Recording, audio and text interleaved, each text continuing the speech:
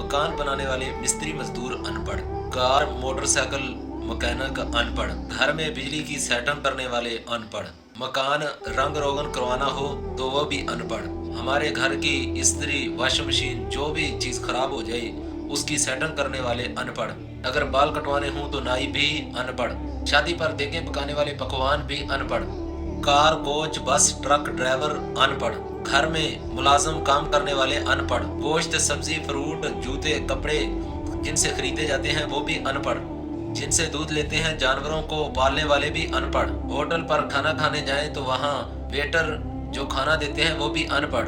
सारे तो अनपढ़ हैं जो हमारे काम संवारते हैं। पता चला कि इस मुल्क का बेड़ा गर्क अनपढ़ों ने नहीं किया बल्कि तालीम याफ्ता लोगों ने किया है। हम कहते हैं तालीम जरूरी है, अब तालीम तो है लेकिन निज़ाम बदतर है। आखिर क्यों?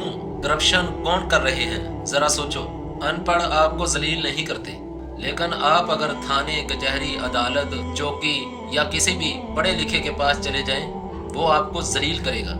ये डिग्रियां वाले आपको जलील करते हैं। सारा सिस्टम अनपढ़ संवार रहा है, अनपढ़ सारे काम कर रहा है, तो फिर ये तालीम वाले क्या कर रहे हैं ये आपने बताना है।